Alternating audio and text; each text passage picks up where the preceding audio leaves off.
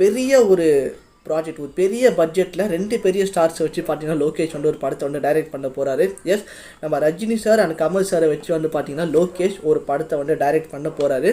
So இந்த ஒரு படத்தை பற்றி வந்து பார்த்தீங்கன்னா அவங்க கோவிடுக்கு முன்னாடியே வந்து பேசின்றதாக சொன்னாங்க. லைக் எல்லாருக்கும் தெரிஞ்ச ஒரு விஷயம் தான்.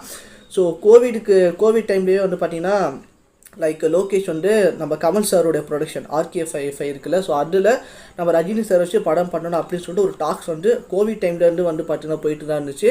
ஸோ அது இப்போ தள்ளி போய் பார்த்தீங்கன்னா இப்போ இவங்க 2 பேரும் சேர்ந்து கமல் சாரோட ப்ரொடக்ஷனில் ஒரு படம் வந்து பண்ண போகிறதா, அதுவும் நம்ம லோகேஷ் தான் வந்து பார்த்தீங்கன்னா டைரக்ட் பண்ண போகிறதா அப்படின்னு வந்து சொல்லியிருக்காங்க. இந்த படத்தோட ஸ்டோரி வந்து பார்த்தீங்கன்னா 2 ஏஜட் கேங்ஸ்டர், அதாவது 2 வயசான ஒரு கேங்ஸ்டர் பற்றின ஒரு கதையாக தான் இருக்க போகுது அப்படின்னு சொல்லிட்டு பார்த்தீங்கன்னா காலையிலேருந்து எக்ஸ் பேஜில் வந்து பார்த்தீங்கன்னா ரொம்ப ஒரு ட்ரெண்டிங்காக போயிட்டுருக்கு ஒரு விஷயம். இது வந்து உண்மையாக நடக்குமா அப்படின்னு சொல்லிட்டு தெரியல. பட் இது கேட்கும் போதே வந்து பார்த்தீங்கன்னா இல்லை இப்போவே வந்து பார்த்தீங்கன்னா நம்ம என்னதான் நம்ம சொன்னாலுமே